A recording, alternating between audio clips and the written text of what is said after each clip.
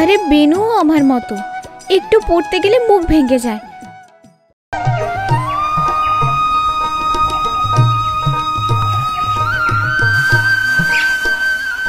কিরে অলক্ষিনী, ভাত কয়টাও রান্না করতে পারিস না? বাবা মা কি কিছু শেখায়নি? শুধু গ্রামে গ্রামে ঘুরেছিস আর খেয়েছিস, কাজের বেলায় ডং ডং। মা, আপনি তো জানেন আমার মাথাটা আজ প্রচণ্ড ব্যথা করছে। তা না হলে তো আমি সব কাজ করতাম। আজ একটু ছেড়ে দিন মা। আপনার মেয়ে হলে তো এরম ব্যবহার করতেন না। আমার সাথে কেন এমন করছেন মা? আমিও তো কারো মেয়ে, তাই না? হয়েছে হয়েছে, আর নেকামো করতে হবে না। অনেক হয়েছে ঠং ঠং দেখে আর বাঁচি নেই। এবার যা, কলসটা ফাঁকা পড়ে আছে, নদীর ঘাট থেকে এক কলস পানি নিয়ে আয়। তারপর থালা বাসনগুলো ধুয়ে আন। আমার ঘুম পেয়েছে, আমি এবার ঘুমোতে গেলাম। আর হ্যাঁ, উঠানটা ঝাড়ু দিতে ভুলে যাস নে আবার।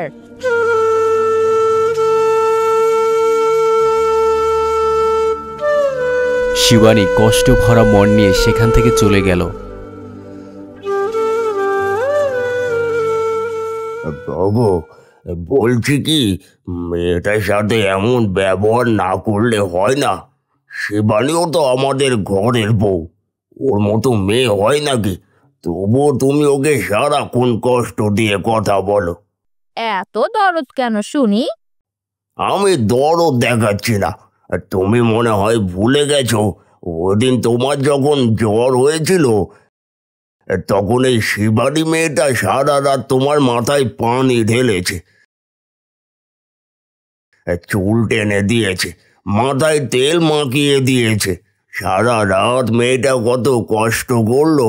আর মেয়েটা তোমাকে নিজের মায়ের মতো মনে করে, আর তুমি সেগুলো ভুলে গিয়ে এই অসুস্থ মেয়েটার সাথে এমন করছো। হয়েছে, তোমার তো মায়া কান্না করতে হবে না। এই সময় ঘরের বউদের একটু টাইট দিয়ে রাখতে হয়।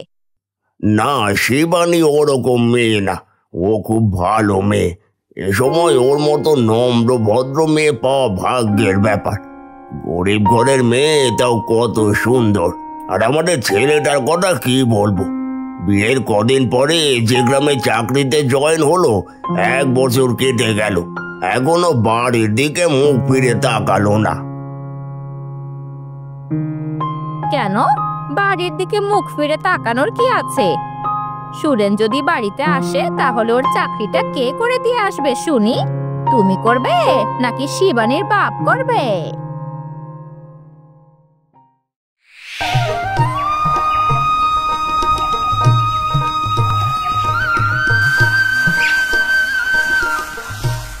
সুনীলবাবুর চিঠি, নিশ্চয়ই এটা শিবানীকে পাঠিয়েছে। শিবানীর কপালটা বেশ ভালো, চাকরিজীবী জামাই পেয়েছে। মনে হয় সুনীলবাবু শিবানীকে বেশ ভালোবাসে। কত সুন্দর করে চিঠি পাঠিয়েছে। আচ্ছা, একটু দেখি তো কি পাঠিয়েছে। প্রেমপত্র বলে কথা, কখনো দেখিনি, আজ একটু দেখি।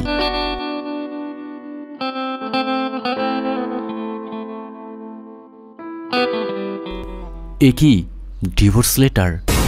এ যেন নিজ চোখে বিশ্বাস করতে পারছি না আমি কি দেখছি। না না, এ হতে পারে না। এই ডিভোর্স লেটার শিবানীর হাতে পেলে ও নিজেই আত্মহত্যা করে নেবে, কারণ শিবানী যে সুনীলবাবুকে অনেক ভালোবাসে, আর সেই মানুষটাই ওকে ঠকালো। এই চিঠি আমি কি করে শিবানীর হাতে দিব? মেয়েটা যে কষ্টে মরে যাবে। এই চিঠি কোনোভাবেই শিবানীর হাতে দেওয়া যাবে না। ওর চোখের জল আমি কোনোভাবেই সহ্য করতে পারবো না।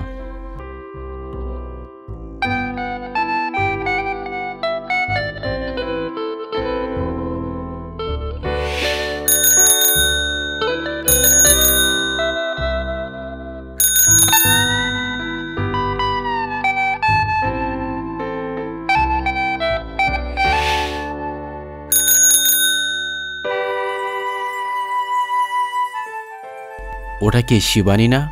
ওই তো শিবানী। শিবানী, এই শিবানী, সুনীলবাবু তোমাকে চিঠি পাঠিয়েছে। কি? শহুরে বাবু আমাকে চিঠি পাঠিয়েছে? কই দেখি দেখি, দাও তো। ও মা, এ তো সত্যি চিঠি। বলি আমাকে একটু পড়ে শোনাবে? আমি তো এই লেখা পড়তে পারি না। বলছি কি বিমলদা, আমাকে একটু পড়ে শোনাও না, খুব শুনতে ইচ্ছে করছে। না রে শিবু, তোর বরের চিঠি আমি কি করে পড়ে শোনাই? তার চেয়ে তুই ওই গায়ের বেনুকে দিয়েই পড়াইস। আরে বেনু আমার মতো, একটু পড়তে গেলে মুখ ভেঙে যায়। তার চেয়ে তুমি একটু পড়ে শোনাও, তোমাকে 2 টাকা দেব চা খেতে। টাকা লাগবে না রে শিবু, আচ্ছা দে, পরে শোনাচ্ছি। এত করে বলছিস যেহেতু। প্রিয় শিবু, কেমন আছো? আশা করি ভগবানের আশীর্বাদে ভালো আছো।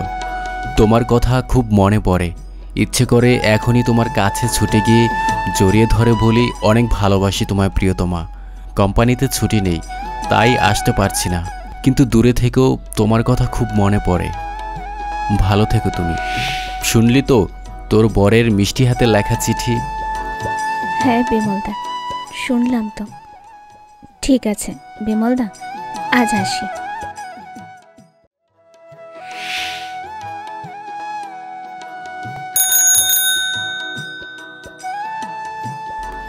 চিঠিটা নিয়ে হাসতে হাসতে সে বেনুর কাছে চলে যায়। বেনু, এই বেনু, শোন শোন। কি হয়েছে শিবানী? এই দেখ, শহুরে বাবু চিঠি পাঠিয়েছে। দেখে কি হবে, আমি তো আর পড়তে পারি না। আরে এটা পড়েই এনেছি, বিমলদা পড়ে আমাকে শুনিয়েছে। তা কি লেখা আছে বল দেখি শুনি। লেখা আছে, শহুরে বাবু আমাকে অনেক ভালোবাসে, কোম্পানির ছুটি নেই তাই আসতে পারে না। তাতে কি, তার নাকি আমার কথা অনেক মনে পড়ে রে। কি বলবো বেনু বল, তার কথা তো আমারও মনে পড়ে, কিন্তু সে তো অনেক দূরে। কি করে ভালোবাসা প্রকাশ করব বল? যখন কাছে পাবো তখন বুকের উপর মাথা রেখে মন খুলে সব না বলা কথা শেয়ার করব। শহরে বাবু যদি তোকে এতই ভালোবাসতো, তাহলে সব কাজের ফাঁকে একটু সময় বের করে তোর সাথে দেখা করে যেত। সেই যে বিয়ে করে গেল, আর কোনো খবর নেই। এটাকে কি ভালোবাসা বলে বল? আচ্ছা থাক রে শিবু, আমি গেলুম। বিকালে আসিস, তোর সাথে একটা কাজের কথা আছে রে। কি কাজের জন্য কথা বলবি আমি সেটা ভালো করেই জানি রে শিবু। ওই গায়ের প্রীতম আমার জন্য চিঠি লিখেছে, সেটা তোর কাছে দিয়েছে আমাকে দেওয়ার জন্য, তাই তো? ও চিঠি আমি নেব না রে। ওই লুঙ্গি পরা ছোয়ালের সাথে আমি প্রেম করব না। তুই খুব পেকে গেছিস বেনু, আগে থেকেই সব বুঝে যাস। এবার বাড়ি যা, বেলা দুপুর হতে যাচ্ছে।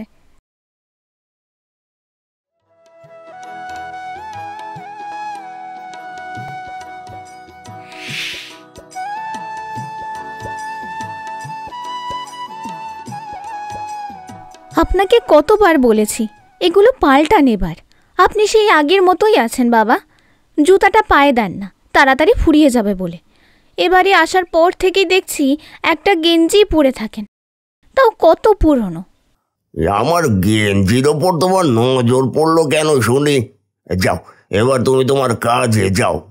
এ মাসে যখন শহুরে বাবু টাকা পাঠাবে তখন একটা গেঞ্জি কিনবেন। নবাবের জি, বাপের বাড়ি থেকে তো এখন যৌতুকের টাকাগুলো এখনো শোধ করনি, আবার আসছে বড় বড় কথা বলতে। বলি টাকাগুলো কি দেবে না? ওই টাকাগুলো যতক্ষণে শোধ না হচ্ছে ততক্ষণে আমি তোমাকে বউ হিসেবে মেনে নিচ্ছি না, এই বলে দিলুম। আর শোনো, কলসে জল ভরে থালা বাসনগুলো ধুয়ে আনো, উনুনে আগুন দাও, যাও। শিবু চলে গেল। সেদিন সন্ধ্যাবেলা শিবানীর শ্বশুর আর শাশুড়ি শিবানীকে ডাকলো। তোমাকে তোমার শাশুড়ি মা একটু ডাকছে, একটু কথা শুনে যাও। জি মা, বলুন কেন ডেকেছেন? মারে, দেখতেই তো পাচ্ছ আমাদের রান্নাঘরটা ভালো না, বৃষ্টি এলে পানি ঝরে, শোবার খাটটাও ভালো না, কখন জানি ভেঙে পড়ে। তুমি এক কাজ করো, কালকে বাপের বাড়ি গিয়ে বিআই মশাইকে বলে 1000-5 টাকা আনো, যাও। না মা, আমি এটা পারবো না। আমার বাবা এত টাকা পাবে কোথায়? সামান্য কিছু কাজ করে, যে পয়সাটা পায় ওটা দিয়েই কোনো রকম দিন পার করে। তার পক্ষে এত টাকা দেওয়া সম্ভব না। হ্যাঁ, বলি কি, একবার যেই দেখো না, হয়তো কোনোভাবে মিলিয়ে দিবেন। না মা, আমার বাবাকে আমি কষ্ট দিতে পারবো না। তার ঘাম ঝরানো টাকা আমি কেন আনবো? ওসব কথা বুঝি না। কাল দিনের ভেতরে গিয়ে টাকাগুলো যেন নিয়ে আসা হয়, এই বলে দিলুম। বলি, তুমি একটু বুঝিয়ে বললেই দেবে। একবার বলেই দেখো না, তুমি তো তার মেয়ে, তোমার সুখের জন্য সে সব করবে। শাশুড়ির এমন ব্যবহারে শিবানী খুব কষ্ট পেয়েছে। এই প্রথম না, আরও অনেকবার এমন করে শিবানীকে দিয়ে তার বাপের বাড়ি থেকে টাকা নিয়েছে। বাবা, কেন আমাকে এমন জায়গায় বিয়ে দিলে? এটাই কি তোমার দেখাশোনা ভালো ছেলের ভালো ঘর ছিল? কেন ভগবান আমার সাথে এমন করছে? কি অপরাধ ছিল আমার?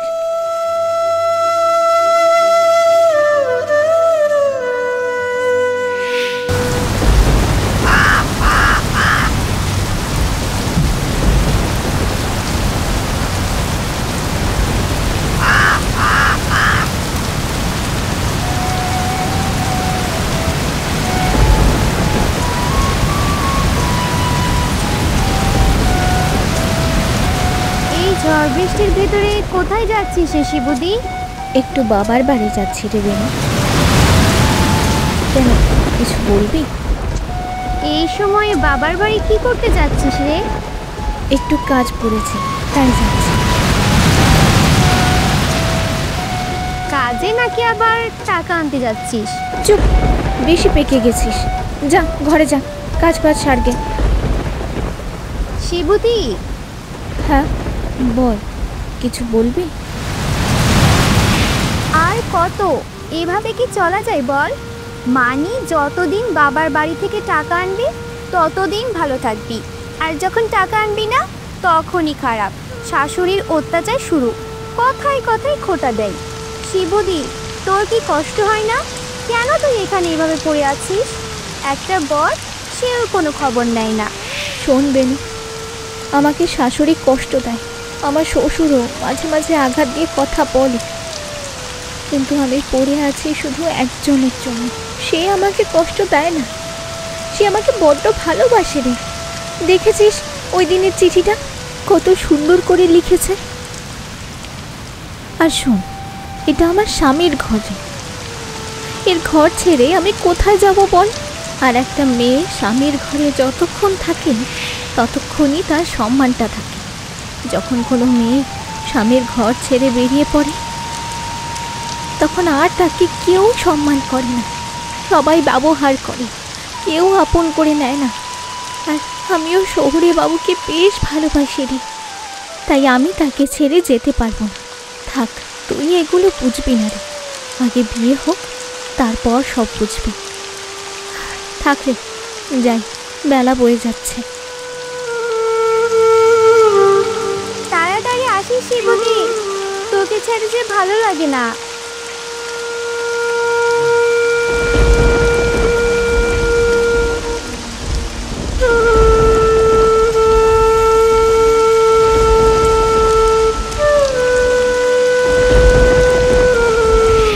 আরে কি হয়েছে মা? তোর মুখটা এমন বেজার কেন? কিছু হয়েছে নাকি? না বাবা, তেমন কিছু হয়নি। আমি তোর বাবা রে মা, মুখের দিকে তাকালেই সব বুঝতে পারি। কি হয়েছে আমায় একটু খুলে বল মা। বেআই সাহেব কি কিছু বলেছে? বাবা তোমার থেকে কিছু টাকা চেয়েছে। সমস্যা নেই, বল মা, কয় টাকা চেয়েছে? তুই আমার রাজকন্যা, তোর সুখের জন্য আমি সব করতে পারি। বাবা কিছুদিন পর পরই তোমার থেকে টাকা নেয়, মাঠে কাজ করে সামান্য কয়টা টাকা পাও, তোমাদেরও তো চলতে কষ্ট হয়। না রে মা, কষ্ট হবে কেন? বল দেখি, বল দেখি বিআই মশাই কত টাকা চেয়েছে? বাবা 1005। এত টাকা কোথায় পাবো বলো? আহা থামো তো, তুই বস মা, আমি যেভাবে পারি জোগাড় করে আনবো। শিবুর মা, ওরে খেতে দাও, মেয়েটা কত শুকিয়ে গেছে। আর শোনো, তুমি এ নিয়ে কোনো চিন্তা করো না, আমি দেখছি কি করা যায়। শিবুর বাবা টাকার জন্য বেরিয়ে পড়ল।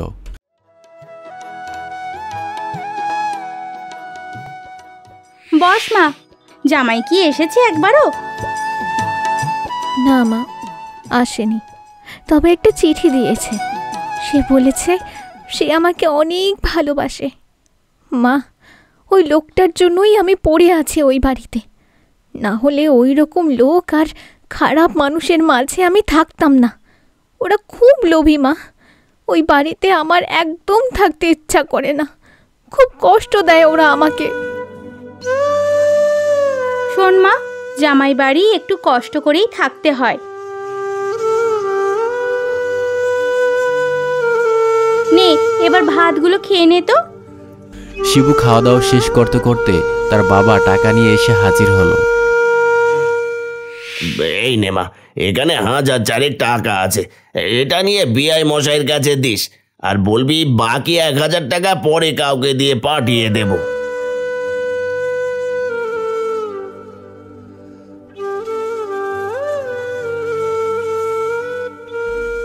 শিবু কান্না ভরা চোখে টাকাটা হাতে নিয়ে বাবার বাড়ি ত্যাগ করলো।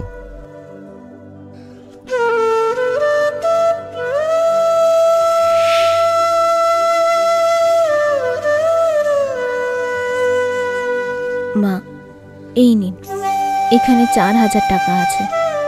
বাকি টাকাটা বাবা ঠিক পাঠিয়ে দেবে। দাও দাও বৌমা দাও, বাকি টাকাটা দিবে তো? হ্যাঁ মা, পাঠিয়ে দেবে। ওগো, তুমি এই টাকাটা কোথা থেকে আনলে? আমাকে বলো তো। না না, এসব জিজ্ঞেস করো না, যেভাবে পারি এনেছি, এবার এসব রাখো তো। না না, তোমায় যে বলতেই হবে। আসলে শিবুর বাপ, আমি আমাদের এই ভিটেটা মাস্টার মশাইয়ের কাছে বন্ধক রেখেছি, বিনিময়ে টাকাগুলো দিয়েছে। যতদিন না টাকাগুলো শোধ করব ততদিন এই ভিটের মালিক মাস্টার মশাই। যেহেতু ভিটেটা মাস্টার মশাইয়ের, তাই প্রতি মাসে কিছু টাকাও দিতে হবে তাকে। কি বলছো কি শিবুর বাপ? আমাদের ভিটেতে আমাদেরই টাকা দিয়ে থাকতে হবে? কি করব বলো, মেয়ের মুখের দিকে তাকিয়ে সব মেনে নাও। তবু মেয়েটা সুখে থাক, ও তো আমাদেরই মেয়ে, ওর ভালো থাকা মানে আমাদেরও ভালো থাকা। শিবুর বাবা একজন দিনমজুর, খুব কষ্ট করেই সংসারটা চালায়। দিনে যা ইনকাম করে আনে তা দিয়ে কোনো রকম সংসার চালায়। এখন আবার আলাদা খরচ, কারণ প্রতি মাসে যে মাস্টারমশাইকে ভিটে ভাড়া দিতে হবে।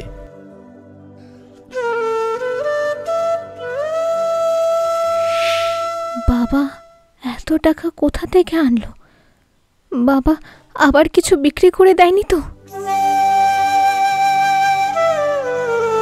বৌমা, আসো আসো, অনেক রাত হয়েছে, তোমার জন্য ভাত রান্না করেছি, পেট ভরে খাবে। যতক্ষণ টাকা ততক্ষণই আদর। টাকা শেষ তো ঘরের চাকর হয়ে যায়। কি বলছো বৌমা? আসো আসো, খেয়ে যাও, এমন করে বলো না। এইদিকে মাস্টারমশাইয়ের কাছ থেকে বাড়ি বন্ধক দিয়ে যেই টাকা নিয়েছিল সেটা এখনো শোধ করতে পারেনি শিবুর বাবা। বাবু, আর 2 দিন টাইম দিন, আমি ঠিক টাকাটা দিয়ে দেব। এবার বাবু ঘর ছাড়ো, অনেক টাইম দিয়েছি, আর পারবো না। বাবু মশাই, আমরা এখন কোথায় যাব, কি করব? কার কাছে গিয়ে মাথা গুজবো বলুন? হ্যাঁ, আমাদের দয়া করে আর কিছুদিন টাইম দিন, দয়া করুন, দয়া করুন আমাদের। আর একদিনও না, আজ আমার ভিটে ছাড়ো, অনেক টাইম দিয়েছি, আর পারবো না। কোনো কথা শুনতে চাই না, এখনই বিদেয় হও। শিবানীর মাকে আর ওর বাবাকে দারোয়ান ঘাড় ধাক্কা দিয়ে বাড়ি থেকে বের করে দেয়।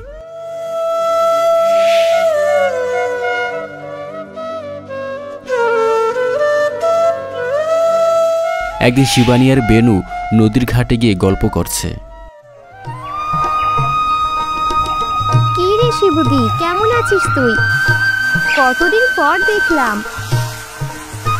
ভালো নেই রে বেনু। ভালো নেই কেন? কি হয়েছে বল শুনি। তুই কেমন আছিস? চল বাড়ি চল, বলছি সব। এই সন্ধ্যায় নদীর ঘাট ভালো না।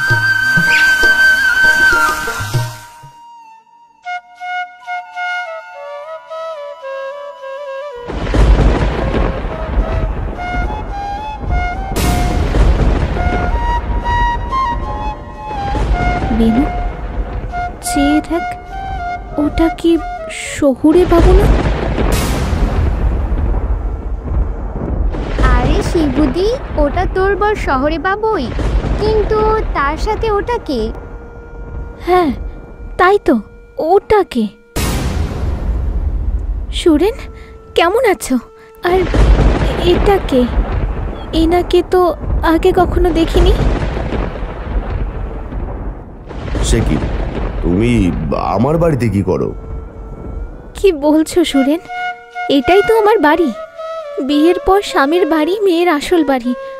এ বাড়ি ছেড়ে আমি কোথায় যাব?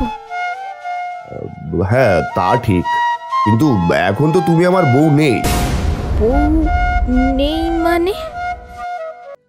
আমি তোমাকে ডিভোর্স লেটার পাঠিয়েছি পোস্ট অফিস থেকে, সেটা দেয়নি তোমাকে? Divorce letter? হ্যাঁ ডিভোর্স লেটার।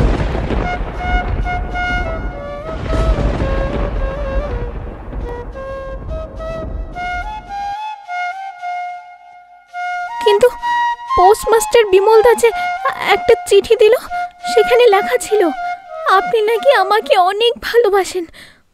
ওটা কি মিথ্যে ছিল? কি বলছো এসব? আমি এমন কোনো চিঠি লিখিনি।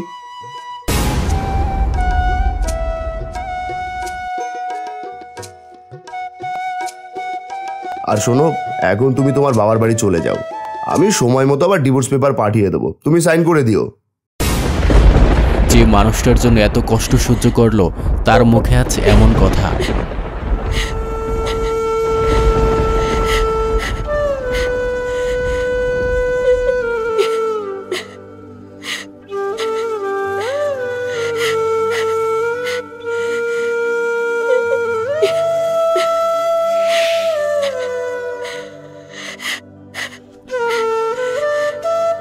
বাবা সুরেন, কেমন আছিস? এই নিন মা, এখানে কিছু টাকা আছে।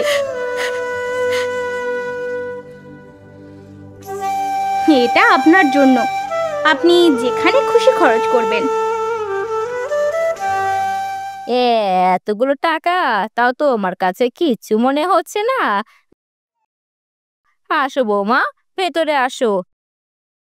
আরে এই যে তুমি, এখনই বাবার বাড়ি চলে যাও। এই বাড়িতে আর এক মুহূর্তও থেকো না। আর যদি পারো বাকি 1000 টাকা পাঠিয়ে দিও।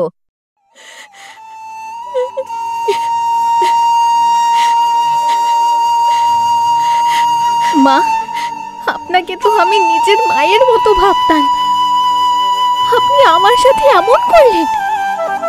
আমি তো আপনাকে কখনো কোনো কাজ করতে দিতাম না, সব কাজ আমি করছি। আচ্ছা মা, টাকায় কি সব কিছু? হয়েছে হয়েছে, এবার যাও দেখি। শিবানী অবাক হয়ে সেখানেই দাঁড়িয়ে রইল।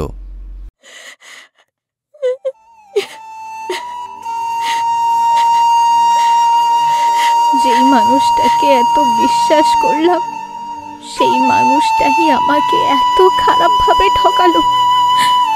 আর আসবো না, কোনো দিন আসবো না আরে বাড়িতে, কোনো দিন না, মরে গেলেও আসবো না।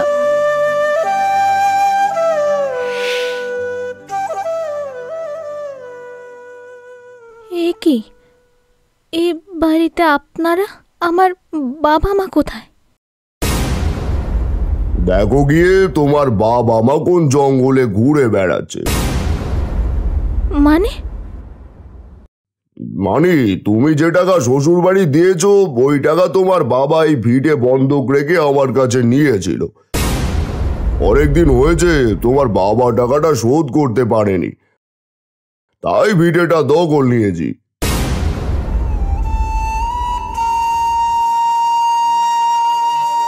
বলছেন এসব কর্তা? আমার বাবা মাকে এই ভিটে থেকে তাড়িয়ে দিয়েছেন? এমন কথা শুনে তার মাথায় আকাশ ভেঙে পড়ল।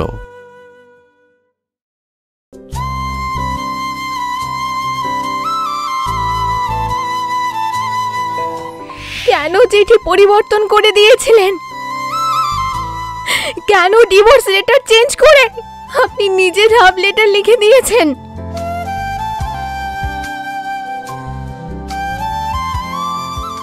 হ্যাঁ, মিথ্যে বলেছি, কারণ আমি তোমাকে কষ্ট দিতে চাইনি। আমি শুধু তোমার হাসি মুখটাই দেখতে চেয়েছি, তাই মিথ্যার আশ্রয় নিয়েছি। পারলে আমাকে ক্ষমা করে দিও। আর আমি ভাবছিলাম সুরেন্দ্র হয়তো তার মতামত পরিবর্তন করবে, কিন্তু সে তা করেনি।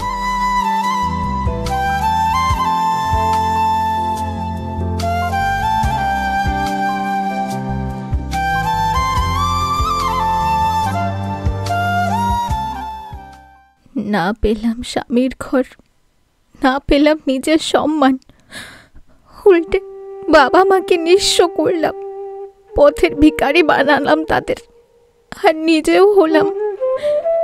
জানি না কি অপরাধ করেছিলাম যার জন্য ভগবান আমাকে এমন শাস্তি দিল।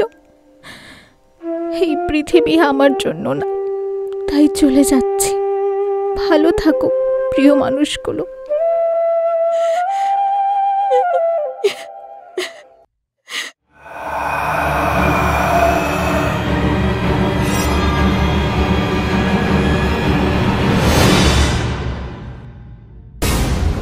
পরে শিবানী নিজেকে দোষ দিয়ে নিজেই আত্মহত্যার পথ বেছে নেয়। এটা একটা গল্প হলেও গভীর বাস্তবতা লুকিয়ে আছে এর মাঝে। সমাজে অনেক মেয়ে আছে যারা শিবানীর মতোই পথ হারিয়েছে।